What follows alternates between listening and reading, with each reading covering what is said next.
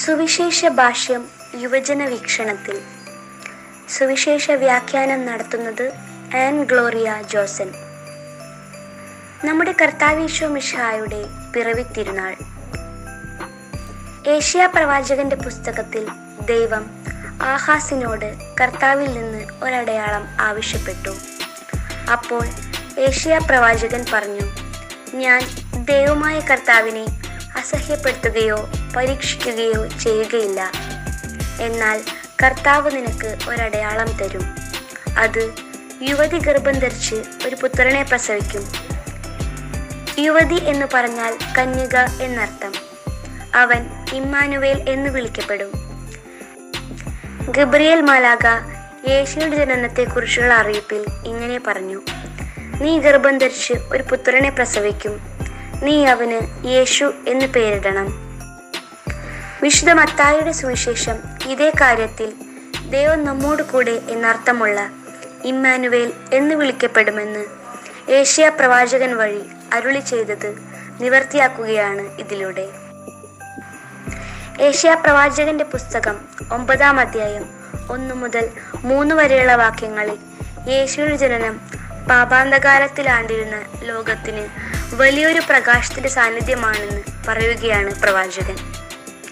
6-7 വാക്യങ്ങളിൽ ഈ ശിശുവിന്റെ ജനനം വലിയൊരു സന്തോഷത്തിന്റെ കാരണമാണെന്നും അതുപോലെ ഈ ശിശു വിസ്മയനീയമായ ഉപദേഷ്ടാവ്, ശക്തനായ ദൈവം, നിത്യനായ പിതാവ്, സമാധാനത്തിന്റെ രാജാവ് എന്നെല്ലാം വിളിക്കപ്പെടും. ലോകരക്ഷകനായ ഈശോയുടെ വരവോടുകൂടി സമാധാനവും നീതിയും ധർമ്മവും എന്നേക്കും സ്ഥാപിക്കപ്പെടും.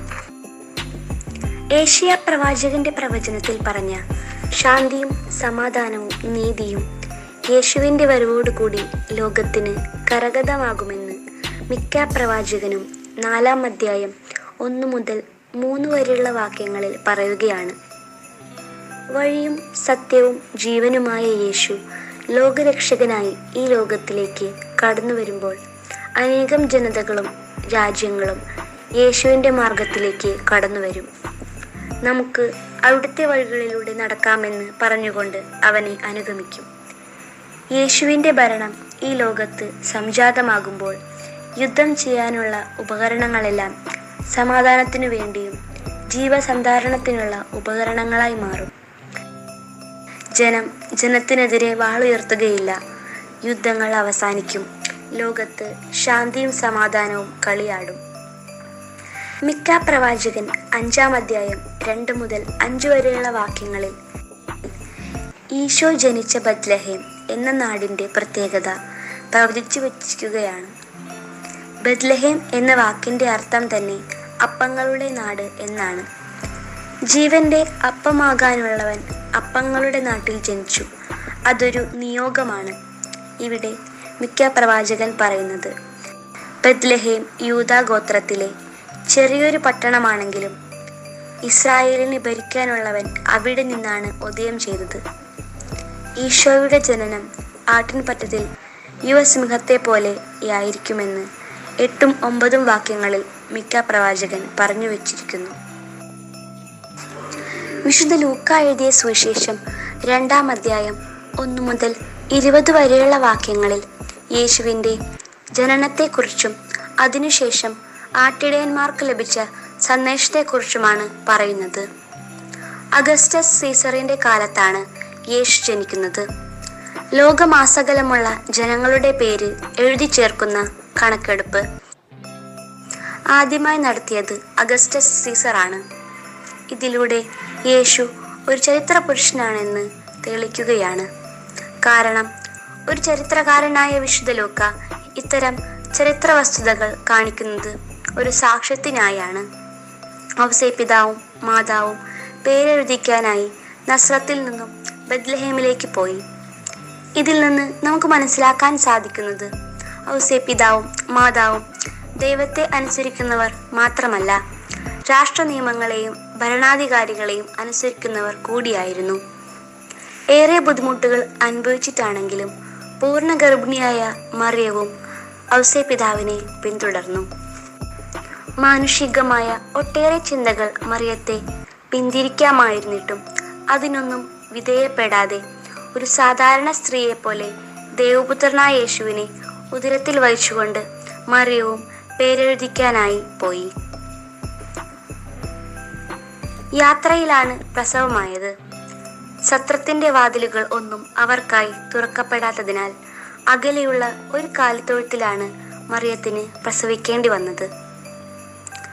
സർവസമ്പത്തിന്റെയും ഉടയവനായ ദൈവപുത്രന് മനുഷ്യരക്ഷ സാധ്യമാക്കുവാൻ ഇതിനേക്കാളും ചെറുതാകാനാകില്ല. ജനിക്കാൻ പോലും ഇടമില്ലാത്തവനായി അത്രത്തോളം ശൂന്യനാക്കപ്പെട്ടു. ഈ അവസരത്തിൽ നമുക്ക് ചിന്തിക്കാം, നമ്മുടെ ഹൃദയങ്ങൾ ഈശോയ്ക്ക് ജനിക്കാനായി നാം തുറന്നു കൊടുത്തിട്ടുണ്ട്. ഇന്ന് ഈശോ നമ്മുടെ അരികിലേക്ക് വരുന്നത് പല രൂപങ്ങളിലും ഭാവങ്ങളിലുമാണ്. ഈ ചെറിയവരിൽ ഒരുവന് നിങ്ങൾ ചെയ്തു കൊടുത്തപ്പോഴെല്ലാം എനിക്ക് തന്നെയാണ് ചെയ്തത് എന്ന് യേശു പറഞ്ഞിട്ടുണ്ട്. അതിനാൽ ചെറിയവർക്കും എളിയവർക്കും പാവപ്പെട്ടവർക്കും നമ്മുടെ ചുറ്റിനുമുള്ളവർക്കും ചെയ്യുമ്പോഴെല്ലാം യേശുവിനെ തന്നെയാണ് നാം ചെയ്തു കൊടുക്കുന്നത്. രണ്ടാമതായി നാം ചിന്തിക്കേണ്ട കാര്യം യേശുവിൻ്റെ ദാരിദ്ര്യ ചൈതന്യം. അവൻ സമ്പന്നനായിരുന്നിട്ടും നമ്മെ സമ്പന്നരാക്കാൻ വേണ്ടി സ്വന്തം ദാരിദ്ര്യത്താൽ നമ്മെ സമ്പന്നരാക്കി. ഇല്ലായ്മകളിലും പരിത്യക്ത അവസ്ഥകളിലും നമ്മുടെ മനോഭാവം എന്താണ്?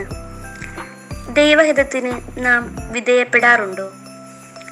ദൈവം തരുന്ന ജീവിത സാഹചര്യങ്ങളിൽ സന്തുഷ്ടതയോടും സംതൃപ്തിയോടും കൂടെ ആരെയും കുറ്റപ്പെടുത്താതെ നമുക്ക് ജീവിക്കാൻ സാധിക്കുന്നു. മാതാവ് ഔസേപ്പിതാവിനെയോ ഔസേപ്പിതാവ് മാതാവിനെയോ കുറ്റപ്പെടുത്തുന്നതായി നാം കാണുന്നില്ല. ഉണ്ണീശോയും പിതാവിൻ്റെ ഹിതത്തിന് പൂർണ്ണമായി വിട്ടുകൊടുക്കുകയാണ്. ലോകരക്ഷകൻ പിറന്നപ്പോൾ ആദ്യമായി ഈ സന്ദേശം അറിയിക്കപ്പെടാനുള്ള ഭാഗ്യം ലോകദൃഷ്ടിയിൽ നിസ്സാരരായ ആട്ടിടയന്മാർക്കാണ് ഉണ്ടായത്. പാവപ്പെട്ടവരായ ഈ ആട്ടിടയന്മാർക്ക് യേശുവിനെ ആദ്യമായി കാണാനുള്ള ഭാഗ്യവും ലഭിച്ചു. ഹൃദയശുദ്ധിയുള്ളവർ ഭാഗ്യവാന്മാർ, അവർ ദൈവത്തെ കാണും എന്ന് ഈശോ മലയിലെ പ്രസംഗത്തിൽ പറഞ്ഞത് അക്ഷരം പ്രതി ഇവരിൽ അന്വർത്ഥമാവുകയാണ്. മാലാഖമാർ വന്ന് ഈ സന്തോഷ വാർത്ത അവരെ അറിയിച്ച് അവർ അത് വിശ്വസിക്കുകയും ആ രാത്രി തന്നെ യേശുവിനെ കാണാൻ പുറപ്പെടുകയും ചെയ്തു. യേശുവിനെ കാണണമെങ്കിൽ നമുക്കും ഹൃദയവിശുദ്ധിയും വിശ്വാസവും ഉടനടി പുറപ്പെടാനുള്ള തീക്ഷ്ണതയും ഉണ്ടായിരിക്കണം.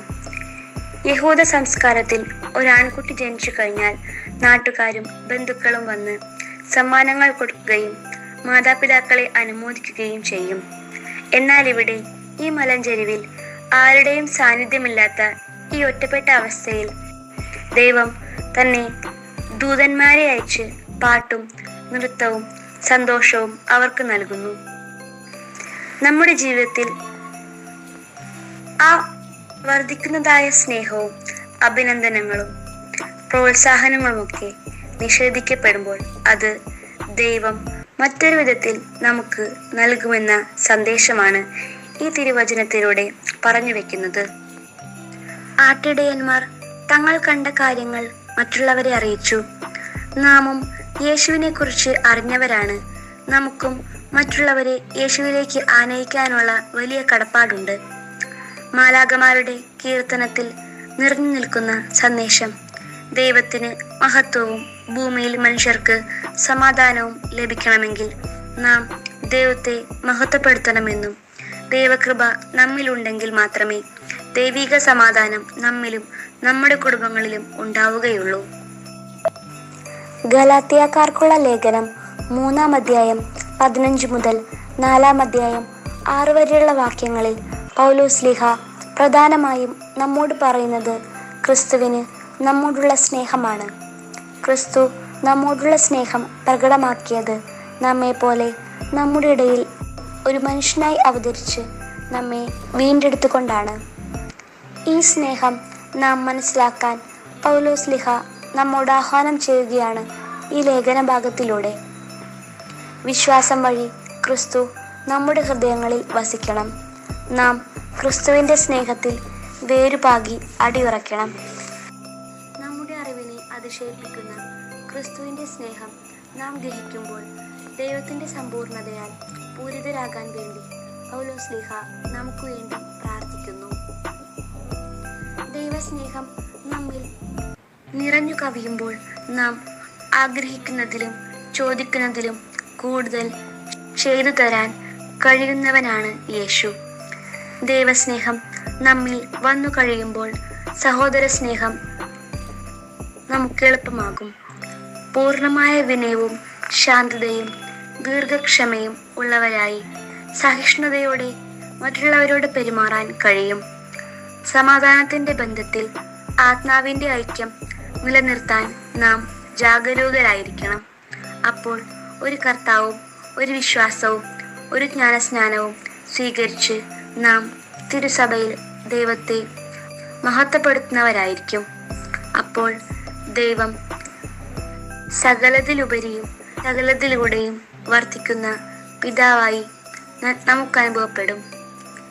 ഇത്രയും പറഞ്ഞുകൊണ്ട് ക്രിസ്മസിൻ്റെ ആശംസകൾ നേരുന്നു.